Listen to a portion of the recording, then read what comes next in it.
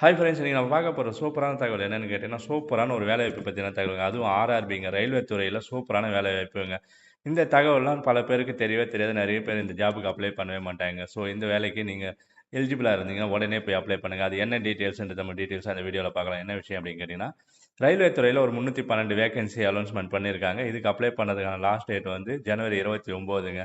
அதாவது என்ன வேகன்சி அப்படின்னு கேட்டிங்கன்னா, தனிமைப்படுத்தப்பட்ட பிரிவில் உள்ள பதவிகளுக்கு ஆன்லைனில் விண்ணப்பம் பெறப்பட்டு வருகிறது. மொத்தம் 312 காலி பணியிடங்களுக்கு ஜனவரி 31 வரை விண்ணப்பிக்கலாம்.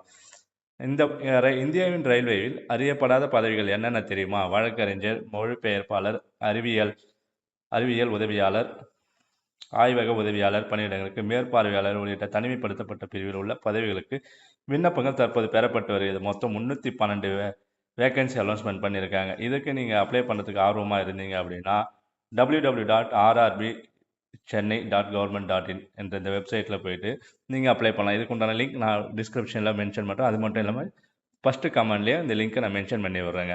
இதற்கு ஒன்லி நீங்கள் ஆன்லைனில் மட்டும்தான் அப்ளை பண்ண முடியும். இதில் மொத்தம் என்னென்ன பதவி அப்படி கேட்டிங்க அப்படின்னா, பதவியின் பெயர் வந்து தனிமைப்படுத்தப்பட்ட பிரிவு, ஐசோலேட்டர் கேட்டகரிஸ். மொத்த பணியிடங்கள் 312. அறிவிப்பு வந்து ரயில்வே டிபார்ட்மெண்ட்டில் 2025 விட்டுருக்காங்க. பதவியின் பெயர் என்னென்னு கேட்டிங்கன்னா, தலைமை சட்ட உதவியாளர். 22 வேகன்சி இருக்குது.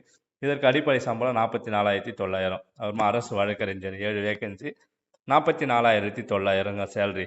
இளம் மொழி பெயர்ப்பாளர் 202 வேகன்சி இருக்குங்க. இதுக்கு தான் அதிகமாக 35,400 சேலரிங்க starting. Senior publicity inspector 15 vacancy. இதுக்கும் ஸ்டார்டிங் சேலரி 35,400. ஊழியர்கள் மற்றும் நல ஆய்வாளர் அப்படின்ற வேகன்சிக்கு 24 வேகன்சி இருக்குது. மொத்தம் 35,400. அறிவியல் உதவியாளர் 2, இது 35,400. ஆய்வக உதவியாளர் கிரேட் 3, இதுக்கு வந்து 39 வேகன்சி இருக்குங்க. இதுங்களோட ஸ்டார்டிங் சேலரி 19,900. அறிவியல் மேற்பார்வையாளர் வந்து 1ங்க. இதுக்கு ஸ்டார்டிங் சேலரி 44,900. மொத்தம் 312 வேகன்சி விட்டுருக்காங்க.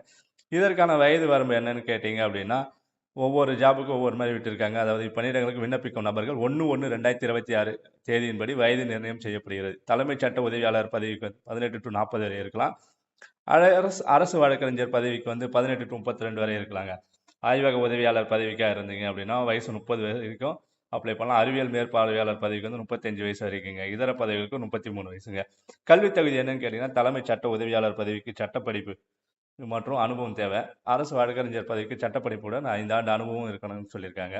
இளமொழி பெயர்ப்பாளர் உதவி பதவிக்கு இந்தி பாடத்துடன் கூடிய முதுகலை பட்டப்படிப்பு உடன் மொழிபெயர்ப்பு தகுதிக்கான சான்றிதழ் படிப்பு டிப்ளமோ முடித்திருக்க வேண்டும் அல்லது 2 ஆண்டு அனுபவம் தேவை அப்படின்னு சொல்லியிருக்காங்க.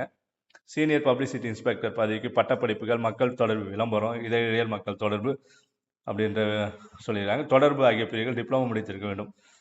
ஊழியர்கள் மற்றும் நல ஆய்வாளர் பதவிக்கு தொழிலாளர்கள் சமூக நலன், மேலாண்மை ஆகியவை தொடர்புடைய பிரிவுகளில் உரிய கல்வி தகுதி பெற்றிருக்க வேண்டும். அறிவியல் உதவியாளர் பதவிக்கு உளவியல் முதுகலை பட்டப்படிப்பு மற்றும் 1 ஆண்டு அனுபவம் தேவைங்க. ஆய்வக உதவியாளர் பதவிக்கு வந்து இயற்பியல் மற்றும் வேதியியல் ஆகிய பாடங்கள் கொண்டு 12ஆம் வகுப்பு வரை தேர்ச்சி பெற்றிருக்க வேண்டுங்க. அறிவியல் மேற்பார்வையாளர் பதவிக்கு உளவியல் சார்ந்த படிப்பு, முதுகலை பட்டப்படிப்பு அல்லது நிகரான கல்வி தகுதி பெற்றிருக்குதுங்க. தேர்வு செய்ய முறை வந்து என்னன்னு கேட்டிங்கன்னா, ரயில்வேயில் உள்ள பணியிடங்களுக்கு முதற்கட்ட கணினி வழி தேர்வு, சான்றிதழ் சரிபார்ப்பு மற்றும் மருத்துவ பரிசோதனை நடைபெறும். மொழிபெயர்ப்பாளர் பதவிக்கு மட்டும் அதற்கான திறன் தேர்வு இருக்குங்க. இப்பதவிகளை விண்ணப்பிக்க முக்கியமான தேவை இதை எப்படி அப்ளை பண்ணோம் அப்படின்னு கேட்டிங்கன்னா, www.rrbchennai.government.in இந்த வெப்சைட்டில் போயிட்டு நீங்கள் ஆன்லைன் வழியாக அந்த அப்ளிகேஷன் அப்ளை பண்ணணும். அப்ளிகேஷன் ஆன்லைன் ஃபீஸாக ஒரு 500 ரூபா நீங்கள் ஆன்லைனில் கட்டணும். மாற்றுத்திறனாளி, பெண்கள், 3ஆம் பாலினத்திற்கு, முன்னாள் இராணுவத்தினர், இவங்களாம் வந்து 250 ரூபா மட்டும் கட்டினா போதுங்க. ஸோ இந்த ஜாப் வேகன்சி வந்து பலருக்கு தெரியாது. ஸோ நீங்கள் இது போல் கவர்மெண்ட் ஜாப்புக்கு அப்ளை பண்ண ட்ரை பண்ணிட்டீங்கன்னா உடனே போய் அப்ளை பண்ணுங்கள். இதுக்கு அப்ளை பண்ண கடைசி டேட் வந்து இதுக்கு உண்டான அப்ளிகேஷன் ஆன்லைனில் ஓப்பன் ஆன டேட் வந்து 30/12/2025. கடைசி டேட் வந்து 29/1/2026. கட்டணம் செலுத்த கடைசி நாள் என்னன்னு கேட்டிங்கன்னா 31ஆம் தேதி. ஆன்லைன் ஃபீஸ் கட்டத்தான் நீங்கள் விட்டுட்டீங்க அப்படின்னா 31ஆம் தேதிக்குள்ளே கட்டிடணும். ஸோ இதில் ஏதாவது திருத்தம் இருக்குது, அப்ளிகேஷன் போட்டு தப்பாக போட்டிங்க அப்படின்னா 1ஆம் தேதியிலேருந்து பிப்ரவரி 1லேருந்து பிப்ரவரி 10ஆம் தேதிக்குள்ளே இதில் கரெக்ஷன் நீங்கள் பண்ணிக்கலாம் அப்படின்னு சொல்லியிருக்காங்க. ஸோ இந்த ஜாபுக்கு நீங்கள் ட்ரை பண்ணிட்டு இருந்தீங்க அப்படின்னா உடனே போய் அப்ளை பண்ணுங்கள். இது எப்படி அப்ளை பண்ணணும் அப்படின்னு தெரிஞ்சுக்கணும் அப்படின்னா நீங்கள் அதுக்கு உண்டான வீடியோ நான் போஸ்ட் பண்ணுறேன். அதுக்கு நீங்கள் கமெண்ட்டில் கேளுங்க, நான் அப்ளை பண்ணுறதுக்கு எப்படின்ற வீடியோ போஸ்ட் பண்ணுறேன். ஸோ இந்த வீடியோ உங்களுக்கு யூஸ்ஃபுல்லாக இருந்தது அப்படின்னா லைக் பண்ணுங்கள். இது உங்களுக்கு யூஸ்ஃபுல்லான இன்ஃபர்மேஷன் நீங்கள் தெரிஞ்சுக்க நம்ம சேனல் தொடர்ச்சியாக பாருங்கள். அது மட்டும் இல்லாமல் சப்ஸ்கிரைப் பண்ணுங்கள். தேங்க்யூ.